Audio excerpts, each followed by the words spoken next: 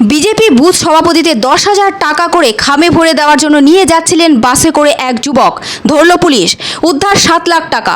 এই ঘটনায় ব্যাপক চাঞ্চল্য ছড়িয়েছে কাঁথি লোকসভার অন্তর্গত খেজুরিতে। এই ঘটনায় ইন্দ্রজিৎ দাস নামে এক ব্যক্তিকে আটক করা হয়েছে।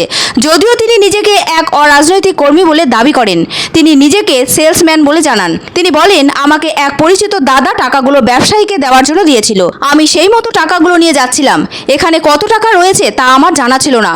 অন্যদিকে পুলিশের দাবি, ওই ব্যক্তির কাছ থেকে বিজেপির পতাকা এবং পোলিং এজেন্টদের ফর্ম পাওয়া গিয়েছে। পুলিশ কর্মীরা সেই বিজেপির পতাকাগুলো খুলে সাংবাদিকদের দেখান।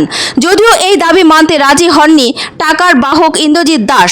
তিনি বলেন, বিজেপির পতাকাগুলো আমার সঙ্গে ছিল না, ওগুলো কার তা বলতে পারবো না, আমি শুধু টাকা নিয়ে যাচ্ছিলাম।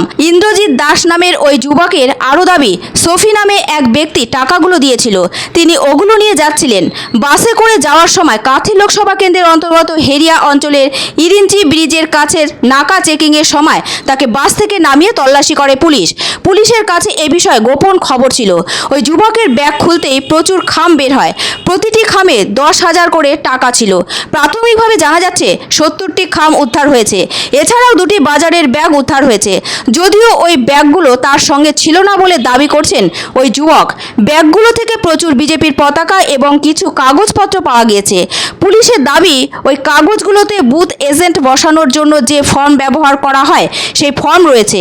তাতে কাঁথি কেন্দ্রে বিজেপি প্রার্থীর এজেন্টদের সিল ও স্বাক্ষর রয়েছে। টাকাগুলো যে ওই যুবকের সেটা তিনি স্বীকার করে নেন, কিন্তু পাল্টা অভিযোগ করেন যে তার কাছ থেকে বিজেপির পতাকা ও বিজেপির কাগজপত্র উদ্ধারের দাবি সত্য নয়, ওগুলো অন্য কারোর। টাকার সঙ্গে সেগুলোকে যুক্ত করে কেস সাজানো হচ্ছে।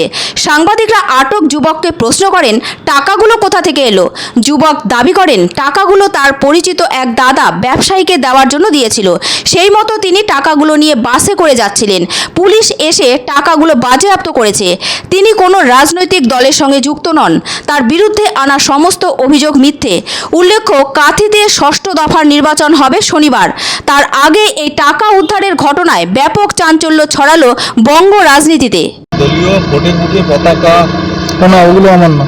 ওগুলো আমার না, তাহলে আমার একটা ব্যাগ শুধু। এগুলো কি তাহলে?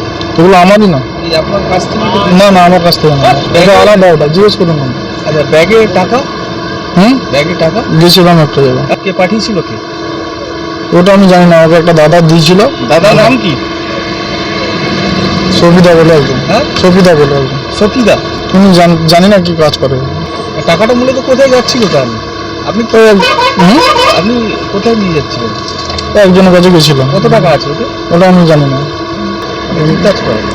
কাজ বলুন, আপনার যদি কোনো ব্যাপার। না না, ব্যাপার না, কাজ ওই সেলসে কাজ করি। সেলসের কাজ করে। হ্যাঁ।